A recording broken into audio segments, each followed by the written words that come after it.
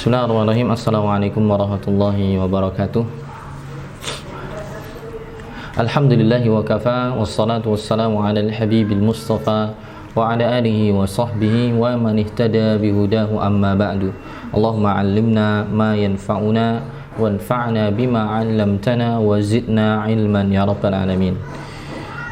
Kawan-kawan yang dimuliakan oleh Allah Subhanahu wa taala, sahabat-sahabatku sekalian yang saya hormati, alhamdulillah pada kesempatan di sore hari ini kita tidak henti-hentinya untuk memuji Allah Subhanahu wa taala atas berbagai limpahan nikmat dan karunia yang Allah berikan kepada kita, sehingga pada kesempatan di sore hari ini menjelang petang kita bisa berjumpa lagi, walaupun masih belum bisa secara offline tapi secara online karena kondisi pandemi yang ternyata sepertinya masih lama atau masih jauh untuk bisa normal seperti semula. Tapi kita tidak berputus asa, kita punya Tuhan, kita punya Allah yang maha mampu untuk menghilangkan ini semua, sebagaimana Allah maha mampu kemarin mendatangkan wabah ini sebagai ujian bagi orang-orang beriman dan sebagai hukuman bagi orang-orang yang tidak beriman, yang berbuat maksiat. Maka kita berdoa pada Allah SWT ya, agar segera menghilangkan wabah ini sehingga kita bisa beraktivitas normal sebagaimana sedia kala. Dan juga pesan bagi saya pribadi dan teman-teman sekalian, walaupun kondisi seperti ini, maka marilah tetap bersemangat, jangan berputus asa. Dalam kondisi apapun kita tetap bersemangat, terutama dalam masalah belajar menuntut ilmu agama yang wajib untuk kita ketahui. Kawan-kawan sekalian, di pertemuan yang lalu masih ada beberapa potongan nasihat para ulama yang mengarahkan agar menuntut ilmu dengan berjenjang, yang mengarahkan agar belajar dengan pelan-pelan dari level dasar sampai level akhir. Masih ada beberapa kutipan dari pernyataan para ulama yang kemarin belum kita bahas atau belum kita baca, yang sejatinya masih masuk kepada kategori judul di pertemuan terakhir kemarin. Alangkah bagusnya untuk kita baca agar semakin menambah wawasan kita betapa para ulama mereka ya seakan-akan atau mungkin mereka semua sepakat ya bahwa bagi orang yang ingin menuntut ilmu agama sukses, bisa meniti jalannya para ulama adalah dengan cara berjenjang, dengan cara bertahap, tidak langsung loncat kepada derajat yang lebih tinggi sebelum melewati derajat yang rendah.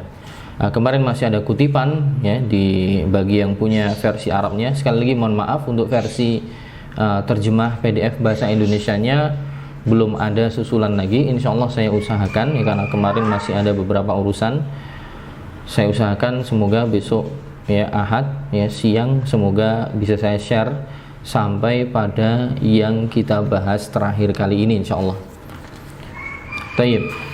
Berkata Al-Hafidh Ibnu Abdul Bar ya, bagi yang punya versi PDF Arabnya ya, di sini halaman 32. Warawa Al-Hafidh Ibnu Abdul Bar, Al-Hafidh Ibnu Abdul Bar ya, ini ulama besar mazhab Maliki ya. Beliau meriwayatkan di kitab beliau Jami' Bayanil Ilmi wa Fadlih ya, kumpulan penjelasan ilmu dan keutamaannya. Ada kitab namanya Jami'u Bayanil Ilmi wa Fadlih, kumpulan yang menjelaskan tentang ya ilmu dan keutamaan dari ilmu. Dikatakan di sini di juz 1 halaman 431 nomor 652, an Yunus ibn Yazid, diriwayatkan dari Yunus ibnu Yazid, dia mengatakan, Yunus bin Yazid mengatakan, qala li Ibnu Syihab, berkata kepadaku Ibnu Syihab, ya Yunus, wahai Yunus, la tukabiril ilma, wahai Yunus, jangan engkau jadikan ilmu itu langsung besar, jangan kau jadikan ilmu itu besar atau langsung besar. Fa innal ilma audiyatun, sesungguhnya ilmu itu permisalannya seperti lembah-lembah yang banyak ya. Audiyah itu ya, kalau tidak keliru dia adalah bentuk plural dari kata wadin, al-wadi, yaitu lembah ya. Ilmu itu permisalannya seperti lembah-lembah yang banyak. Fa ayyuha akhadza fihi qata'a bika min qabli an tablughahu. Maka dari lembah-lembah itu, dari lembah paham ya? Ada dataran tinggi, dataran rendah yang landai, itu namanya lembah. Ini siapa? Si Ibnu Syihab itu mempermisalkan, menganalogikan bersama Yunus, maksudnya menganalogikan ilmu itu seakan-akan seperti lembah-lembah yang banyak.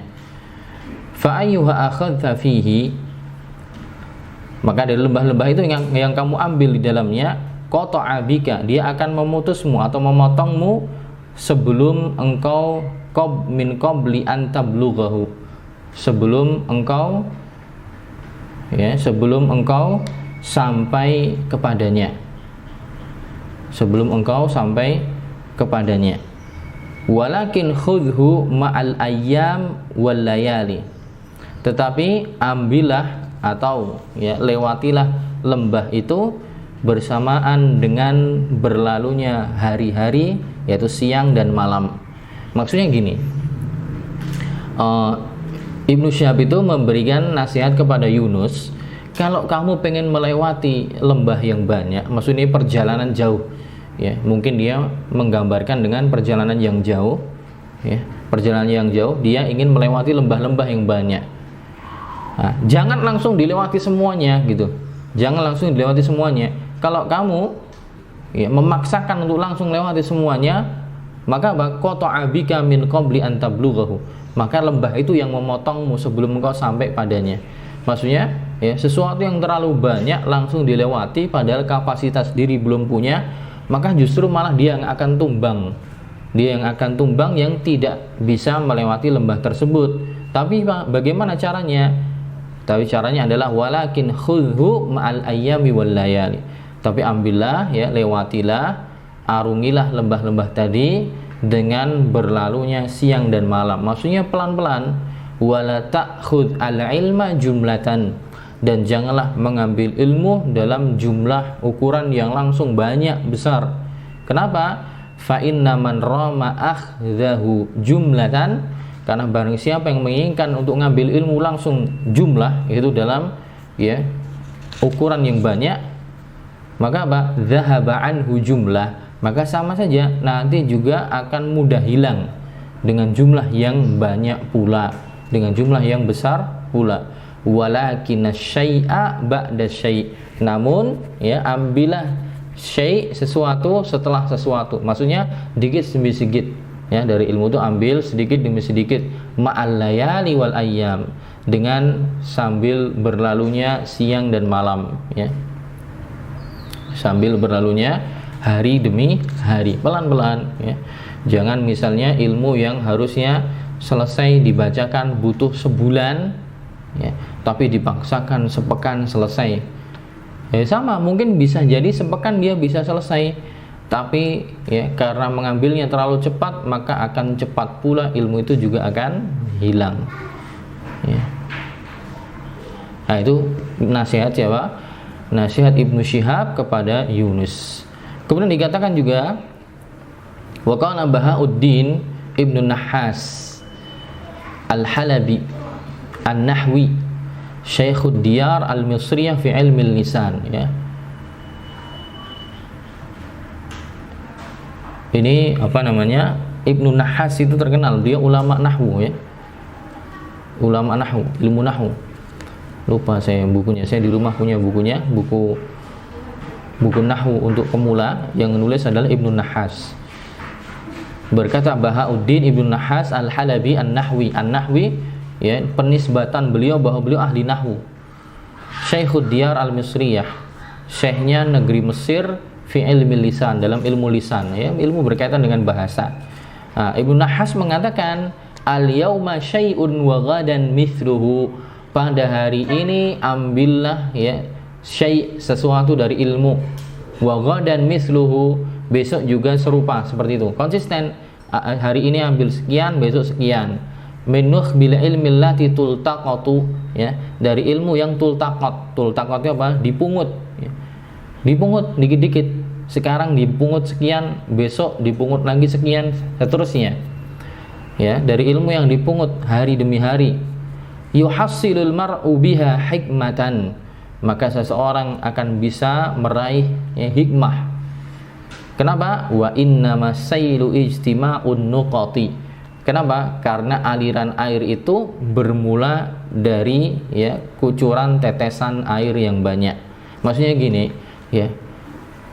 air itu bisa mengalir berkumpul besar deras, itu dimulai dari tetesan air hujan yang kecil-kecil.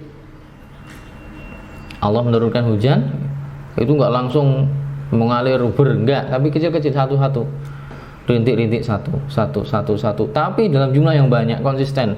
Akhirnya dari jumlah yang banyak kemudian air itu berkumpul di tempat yang landai, akhirnya kemudian mengalir jadi jadi aliran sungai yang deras atau dari aliran air yang deras.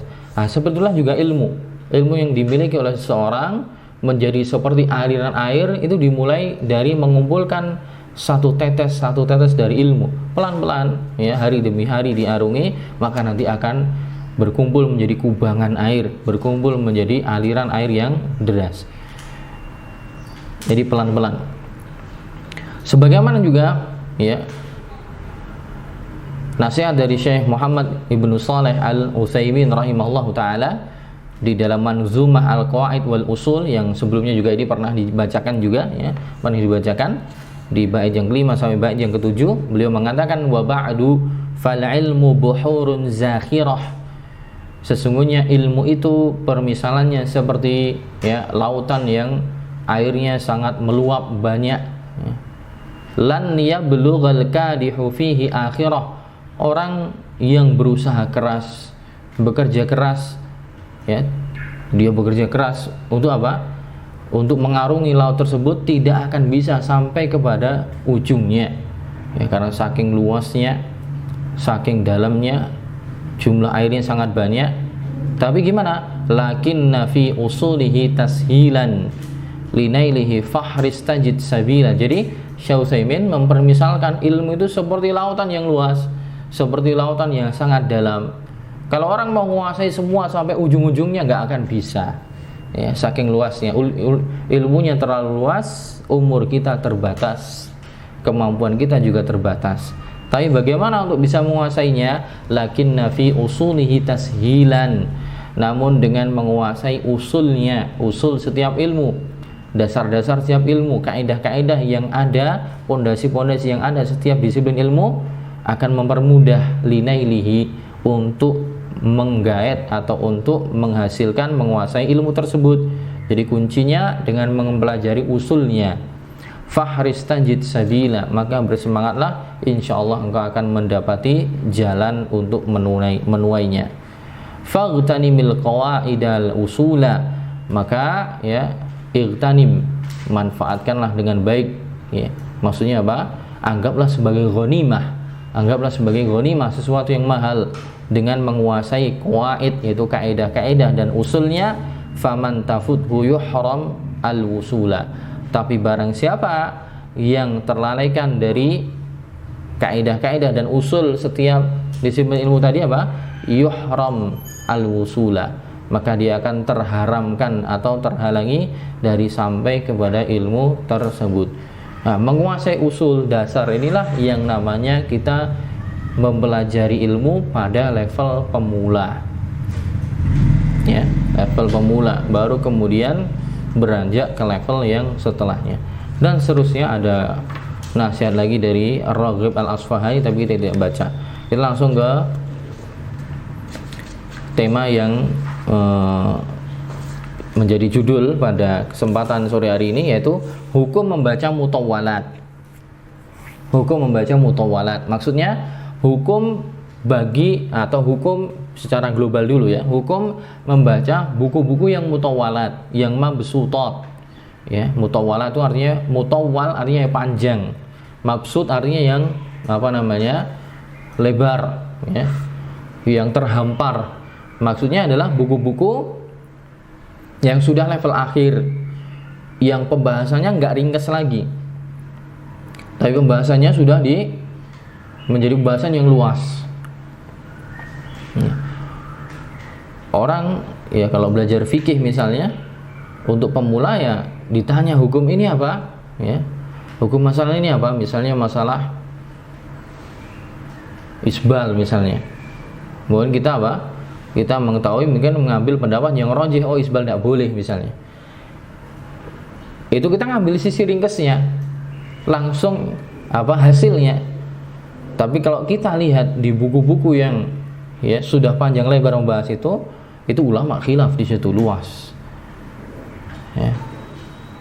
Mungkin kita mengambil pendapat yang isbal itu haram, tapi ada juga nanti mengatakan boleh, ada juga mengatakan makruh. Ya. Nanti disebutkan semua setiap pandangannya, sisi pendalilannya, dalilnya apa. Hari namanya apa? Sudah pembahasan yang luas. Atau nanti masalah hijab, ya. Apa hukumnya cadar bagi perempuan misalnya. Ada yang mengatakan cadar itu wajib karena perempuan adalah aurat termasuk wajahnya.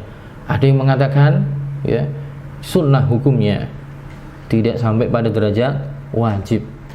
Ada yang mengatakan ya kalau perempuannya nanti ternyata adalah cantik, perempuan yang cantik disepakati oleh banyak orang, maka wajib bagi dia untuk bercadar dan seterusnya. Ini pendapat seperti ini itu nanti yang berbeda-beda ini kita dapati di buku-buku yang mutawalat, buku-buku yang sudah panjang lebar membahas.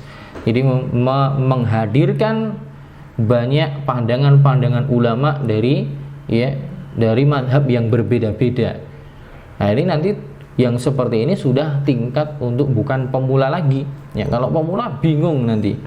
Pemula itu enaknya diberi matengan dulu. Oh ini loh yang dianggap rajih itu loh, ambil pendapat yang ini gitu. Tapi kalau bagi pembelajar yang sudah ingin mengasah dirinya akan naik kepada level akhir penuntut ilmu, bahkan diproyeksikan jadi ulama, maka yang panjang lebar ini harus dipelajari ya, agar dia menjadi bijak, agar dia paham sudut pandang pembahasan setiap ulama itu bagaimana gitu. Tapi nggak cocok untuk pemula. Nah ini gimana? Di sini apakah boleh hal yajuzul qiraah fil mutawwalati wal mabsutat? Apakah boleh membaca ya buku-buku yang mutawalat yang sudah panjang lebar, sudah luas pembahasannya? Am anna hadhil kutuba la tasluhu lil qiraah albattah? Ataukah membaca buku-buku yang panjang lebar ini sejatinya tidak cocok untuk dibaca secara mutlak ya. Jadi apakah boleh membaca di buku-buku yang sudah panjang lebar ini, ataukah memang membaca buku-buku itu nggak boleh, ya mutlak nggak boleh sama sekali gitu. Maka jawabannya al-jawab la syakka annal qaul al-akhir qaulun ghairu sahih. Tidak diragukan lagi bahwa pernyataan terakhir atau pertanyaan terakhir adalah suatu pernyataan yang tidak benar. Maksudnya kita tidak boleh membaca buku mutawalan secara mutlak, ini tidak benar. Perlu dia apa? Bal huwa munkar minal qaul, bahkan ini adalah pendapat yang mungkar, keliru. Kalau dikatakan tidak boleh sama sekali membaca buku mutawalat, ini keliru. Berarti apa? Harus dirinci. Walakinnas sahih fil mas'alah at-tafsil. Tapi permasalahannya, jawabannya yang benar adalah harus dirinci. Membaca buku yang panjang lebar itu motivasinya apa dulu dan untuk siapa? Ya, maka perlu dirinci. Nah, kemudian rinciannya gimana? Fa hukmul qiraah fil mutawwalat yakhtalifu bi ikhtilafil qari' fiha. Hukum membaca buku-buku yang sudah panjang lebar, mutawalat, mabsutat, itu akan berbeda hukumnya dengan perbedaan si pembaca. Ya, status si pembaca itu gimana? Yang pertama, idza kana al-qari' minal mutawassitin awil muntahin, kalau si pembaca adalah penuntut ilmu yang sudah level pertengahan, minimal ya, minimal level pertengahan, berarti sudah melewati level pemula, atau level muntahin, apalagi yang level akhir ya, fa hukmul ibahah, maka boleh bagi dia untuk membacanya. Kenapa? Karena orang-orang ini sudah punya perangkat dasar untuk memahami ya pembahasan yang lebih luas. Jadi kalau level pertengahan dan level akhir boleh-boleh saja. Wa idza kana al-qari' minal mubtadi'in, tapi kalau pembacanya adalah penuntut ilmu yang masih pemula, ia bahasu an mas'alatin aw mas'alatain, tapi tujuan dia cuma mencari satu atau dua masalah saja, fa hukmuhul ibahah kadzalik, maka hukumnya juga boleh. Jadi dia cuma apa? Merujuk aja. Ada masalah, kemudian ternyata nggak ada pembahasannya di buku yang ringkas, dia cuma nengok aja, nengok di buku yang pembahasannya yang sudah lebar. Itu tapi cuman untuk mencari satu atau dua masalah saja. Ya, nengok aja, pengen nyoba saja. Nah, ini boleh. Nah, yang nggak boleh gimana? Amma in kanal qari minal mubtadi'in yaqra'u fiha lid-dirasah wa ta'allum fa hadza ghairu jaiz. Nah, adapun ya penuntut ilmu pemula, dia membaca buku-buku yang sudah panjang lebar ini sebagai kurikulum untuk dia pelajari, untuk dia lahap sehari-hari, ini yang tidak boleh. Makanya pernah saya sampaikan ya, pemula ada beberapa penerbit buku yang menerbitkan terjemah kitab misalnya, terjemah kitab At-Tamhid Ibnu Abdul Bar, terjemah Fathul Bari Ibnu Hajar Al-Asqalani, itu udah panjang lebar puluhan jilid. Kenapa diterjemah? Karena sasarannya orang awam. Nah, ini tidak cocok. Kalau cuman sebagai rujukan bagi mereka, ya, itu mungkin tidak apa-apa. Tapi untuk dia baca, dia konsumsi, ya ini tidak cocok. Apalagi di rumah baca sendiri tanpa ada guru. Akhirnya nanti kemungkinan miskomunikasinya, ya, mispemahamannya, kemungkinannya akan lebih besar. Karena dia orang awam, ya, belum tentu paham mustalah atau istilah-istilah yang dipakai oleh para ulama yang sudah membahas suatu permasalahan dengan panjang lebar. Terkadang orang yang sudah punya basic bahasa Arab pun itu belum cukup untuk bisa memahami, ya. Apalagi yang tidak bisa bahasa Arab, apalagi belum berbekal dengan dasar-dasar ilmu. Nah, ini susah, ya. Justru malah ditakutkan nanti kesalahannya lebih banyak. Ya. Kemudian, ya, pasal selanjutnya atau juga pertanyaan selanjutnya, limadza yumna'ul mubtadi' min qira'ati al-mutawwalat? Kenapa sih para pemula kok dilarang untuk membaca, ya, buku-buku yang sudah panjang lebar? Kenapa sih, ya, para pemula kok dilarang untuk membaca buku-buku yang sudah panjang lebar? Maka jawabannya, li'annal mutawwalat innama wudi'at liman taqaddama fit talab. Karena buku-buku yang mutawwalat panjang lebar itu diletakkan, ya, atau ditulis itu dikhususkan bagi orang yang memang sudah taqaddama fit talab, sudah melampaui dalam menuntut ilmu, sudah ada di depan, alias sudah kelasnya pertengahan minimal atau sudah kelas akhir. Fajtaza marhalatal ibtida wa marhalatat tawassut, ya, bahkan di sini dikatakan dia sudah melewati, ya, level pemula dan level pertengahan. Fal qira'ah fil mutawwalat la budda laha min alatin lil fahmi wat tamyiz.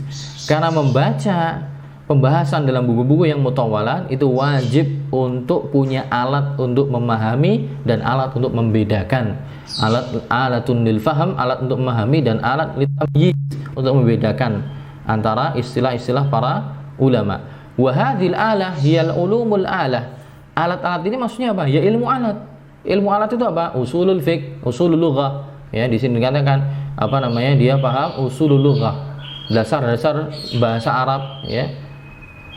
Nahwu sharafnya paham, fikih, ya, al-fiqh, kemudian hadis, dan juga ya, kaidah fikih, usul fikih. Itu mereka sudah punya ilmu-ilmu alatnya. Wa min khilal wa man khala min hadhil alah. Barang siapa yang kosong, tidak menguasai alat-alat tersebut, falan yastati'a fahmal mabahis al-matruqah bitafsil fil mutawwalat. Maka dia tidak akan mampu, ya, untuk memahami pembahasan-pembahasan yang dipampangkan, ya, dengan terperinci dalam buku-buku yang panjang lebar. Li'annahu sayamurru bihi katsirun min lughatil ilm. Kenapa? Karena kalau orang menceburkan diri dalam buku-buku yang mutawwalat, dia akan melewati banyak sekali bahasa-bahasa ilmu, istilah-istilah dalam ilmu allati la yutqinuha wa la yafhamuha, yang mana dia belum menguasainya juga dia belum memahaminya. Contohnya al-umum, misalnya ada istilah umum, hadil ayah yufidul umum, misalnya ayat ini memberikan faedah makna umum. Umum itu maksudnya apa? Umum itu maksudnya apa? Ini perlu dipelajari dalam ilmu usul fikih. Umum itu apa? Hadil ayah yufidul khusus, ayat ini memberikan makna kekhususan. Kekhususan itu apa? Apa makna khusus? Apa makna umum? Hadal amrul mutlak, misalnya ini perkara yang mutlak, ini muqayyad, ini nasikh, ini mansukh, dan seterusnya. Ini syadz, yang seperti ini mungkar, seperti ini harus dipelajari, istilah-istilah umum, khusus, mutlak ini nanti dalam ilmu usul fikih. Nasikh, mansukh juga dalam ilmu usul fikih, atau dalam hadis juga ada, atau syadz, mudraj, munkar, itu nanti dalam ilmu mustalahul hadis. Kalau tidak dipelajari dasar-dasarnya, bagaimana dia langsung menceburkan diri dalam ilmu dalam buku-buku yang sudah panjang lebar. Wa hadhil lughah lughatul ilm, bahasa yang akan didapat ini adalah bahasa ilmu yang didapati dalam buku-buku yang panjang lebar. La yutqinuha illa man ta'allamaha, tidak akan bisa menguasainya kecuali orang yang sudah mempelajarinya.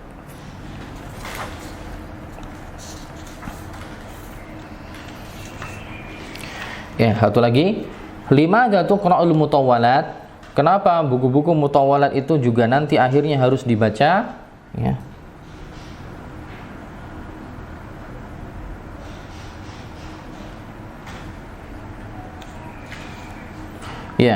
Limadza tuqra'ul mutawwalat, kenapa buku mutawwalat itu juga harus dibaca?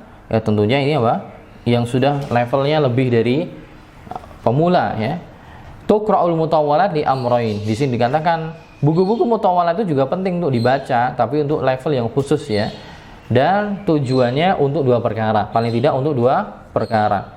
Pertama, tankihul afkar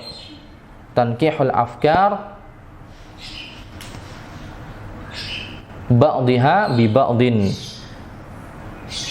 Tankih itu seperti apa? Nakkoha yunakkihu, jadi seperti memfilter, memilah-milah, meninjau kembali pemikiran antara satu dengan yang lain. Maksudnya gimana? Kalau kita baca nanti buku yang komparasi muqaranah itu, yang komparasi dalam satu masalah misalnya, itu nanti dalam satu masalah nanti ada banyak pendapat. Kita bisa memilah-milah, mentankih, memilah-milah ini dari A, B, C, D ini yang kenapa kok bisa jawabannya ini, dilihat dari sudut pandang apa, atau kenapa ini jawabannya ini, dia pakai dalil apa, apakah dalilnya berbeda dengan yang lain? Kenapa? Karena berbeda, makanya mereka berbeda pendapat. Atau terkadang ada ulama yang dalilnya sama, tapi kenapa kok beda memahami? Nah, kita mentankih, memilah-milah, menyeleksi, sambil juga belajar menggunakan pikiran kita untuk memahami sebagaimana para ulama tadi memahami. Nah, itu kita dapati jika kita membaca buku-buku yang mutawwalat. Faedah kedua adalah tadwinul fawaid wan an-nukat atau an-nakat, di sini dikatakan, yaitu untuk menulis fawaid, faedah-faedah yang ada, dibukukan, untuk membukukan faedah-faedah yang ada dalam buku-buku yang mutawwalat. Wa ahsibu annal awwal ajallu minats tsani, dan penulis Syekh Faris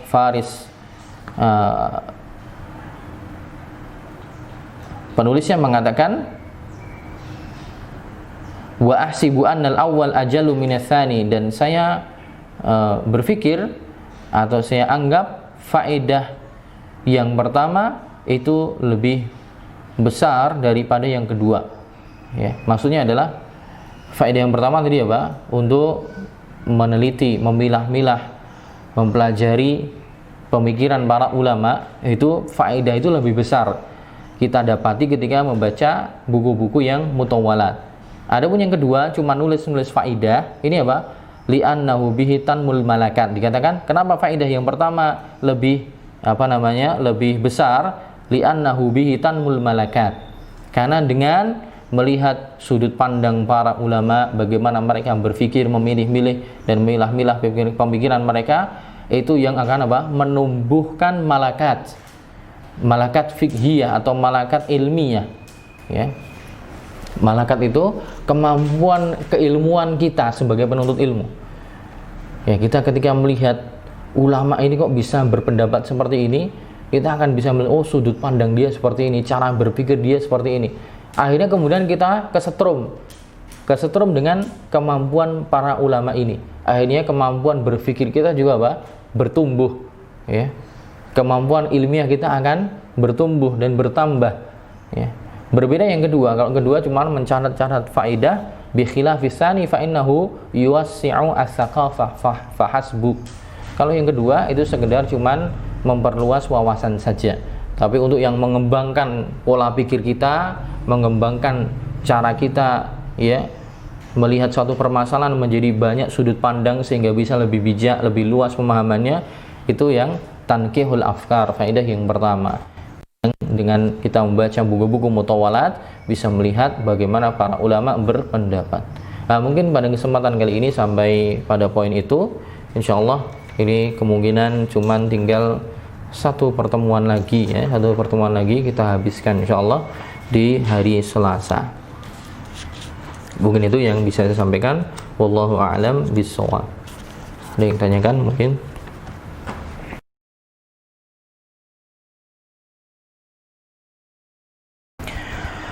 Bismillah, saya seorang ibu yang baru belajar ilmu syar'i. Bagaimana cara belajar efektif untuk usia di atas 50 tahun? Mengingat waktu yang sempit dan kita tidak tahu sampai kapan Allah memberi kecukupan umur untuk saya. Mohon penjelasannya karena begitu banyak ilmu yang belum saya pelajari dan saya merasa dikejar waktu, ya. Ya, konsepnya hampir sama, konsepnya hampir sama. Yang kita pelajari ini adalah memang untuk kelas orang yang pengen jadi penuntut ilmu sungguhan gitu. Maksudnya memproyeksikan dirinya untuk jadi ulama. Jadi yang bukan main-main. Jadi konsepnya seperti itu. Belajar dari awal, level pemula, pertengahan sampai level akhir gitu. Ini tentunya yang sekali lagi untuk yang memang menuntut ilmu sungguhan. Tapi bukan berarti yang lain tidak sungguhan, ya. Bagi yang kemudian misalnya baru bersemangat atau mendapatkan hidayah untuk menuntut ilmu ketika sudah umur lanjut usia, ya konsepnya juga harusnya sama, tetap, ya, mulai dari perkara-perkara yang dasar dulu. Mulai dari perkara-perkara yang dasar terlebih dahulu. Ya, pembahasan tentang akidah, pembahasan tentang tauhid yang dasar itu dipelajari dulu. Kemudian nanti belajar di pembahasan fikih-fikih yang dasar yang berkaitan dengan amaliyah sehari-hari, ya, salat, puasa dan seterusnya. Bagi ibu yang sudah umur 50 tahun misalnya toh pengen juga seperti yang lain, ya berarti sama juga. Kalau pengen belajar yang berjenjang, ya semuanya dipelajari dulu, disiplin-disiplin ilmu yang lain, ya. Kalau memang pengen seperti yang diarahkan dalam buku, ya, akidah dulu, kemudian fikih dulu, kemudian setelahnya fikih, tafsir, hadis dan seterusnya. Dari yang pemula dulu, kemudian nanti level yang setelahnya. Tapi misalnya sudah umur segitu, kemudian tanggung jawab sudah mulai banyak, ada hal-hal yang tidak bisa ditinggalkan, ya udah, ma la yudraku kulluhu la yutraku kulluhu. Apa yang tidak bisa kita dapati semua seperti, ya, yang kita pelajari dalam buku ini, tapi jangan ditinggalkan semua. Ya, hadirlah kajian-kajian selagi kita bisa, ya, hadirlah kajian-kajian selagi kita bisa, baik itu offline ataupun online. Misalnya sekarang belum bisa offline, cari yang online, tapi carilah pengajian yang tertata, yang membahas satu kitab, ya, dari ujung pertemuan sampai akhir selesai. Jadi ilmunya kita rasakan. Jangan banyak mencari kajian-kajian yang cuman kajian tematik, ya. Kajian tematik, kajian yang tema-temanya cuman berganti-ganti tapi tidak merujuk pada satu buku sampai selesai, itu tidak ada masalah sebenarnya kita masuk ke situ. Tapi untuk penuntut ilmu yang pengen ilmunya naik, maka carilah pengajian kitab, ya. Satu kitab selesai, kitab ini ganti kitab ini, ganti kitab ini, ya. Adapun untuk kajian-kajian tematik itu untuk ini aja, untuk ngecharge iman saja. Ketika pas futur butuh kajian penyemangat baru gitu.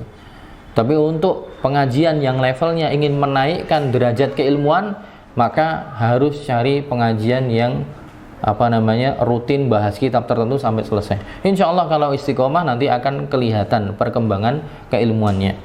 Wallahu a'lam bishawab. Kemudian pertanyaan kedua, semoga Afwan tidak bertanya, ketika kita menjadi seorang talibul ilmi, kita harus tetap tawadhu dan tidak boleh menampakkan sikap sombong atas ilmu yang begitu sedikit kita punya. Bagaimana pandangan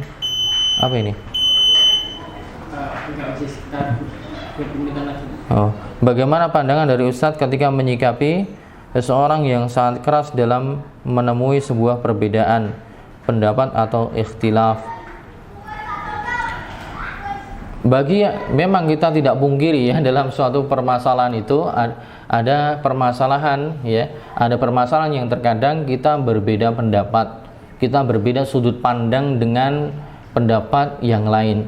Ada yang menyikapinya santai saja, woles saja, slow. Ada yang menyikapinya keras ya. Keras dan santainya seseorang menyikapi masalah itu biasanya juga berdasarkan ilmu yang dia ketahui. Kalau orang ini belajar cuman dari satu guru saja, biasanya dia keras bukan main. Kenapa? Karena dia anggap pendapat gurunya itu yang paling benar, pendapat yang lain keliru. Yang salah dari dua sisi ini ya. Sisi muridnya yang terlalu mengkultuskan gurunya, seakan-akan pandangan di luar pendapat dia keliru.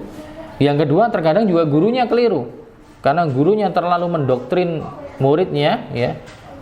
Gurunya terlalu mendoktrin muridnya, tidak diajari cara bijak ketika menghadapi suatu masalah yang memang ada perbedaan secara muktabar ya. Jadi satu permasalahan itu, jika ada permasalahan ya, terutama masalah fikih ya, biasanya itu jika ada perbedaan pendapat dan perbedaannya muktabar, itu tidak usah kita kenceng-kencengan ya. Ibnu Hassar mengatakan dalam satu pernyataan beliau, laisa kullu khilafin ja'a mu'tabara walakinnal khilafa fihi hazzun minan nazari. Tidak semua khilaf ulama itu muktabar diakui, tetapi yang diakui adalah khilaf ulama yang di situ ada sisi pendalilan yang benar dan boleh pada permasalahan itu.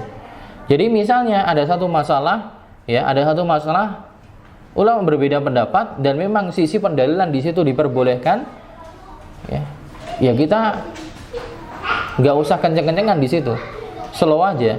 Oh berarti dia punya sisi pandangan seperti ini, saya pandangan seperti ini, yang saya anggap rojih seperti ini. Tapi tidak terlalu kemudian menyalahkan. Apalagi dalam masalah ijtihadiyah, masalah yang dalilnya itu tidak gamblang secara jelas menjelaskan hukum masalah ini apa, tapi memang dalilnya multi tafsir ya, itu tidak boleh kita saling mengingkari ya. Dalam kaidah para ulama menyebutkan ya, bahwa disebutkan dalam kaidah la khilafa fil masail al-ijtihadiyah, tidak boleh mengingkari dalam permasalahan-permasalahan yang ijtihadiyah yang memang muktabar gitu ya, memang muktabar. Agar tidak kaku ya, carilah guru yang banyak, jangan menuntut ilmu hanya terpaku pada satu guru saja ya.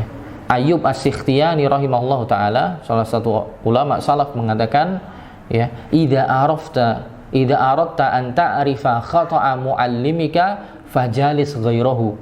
Kalau kamu pengen tahu kesalahan dari gurumu, maka duduklah kamu di guru yang lain.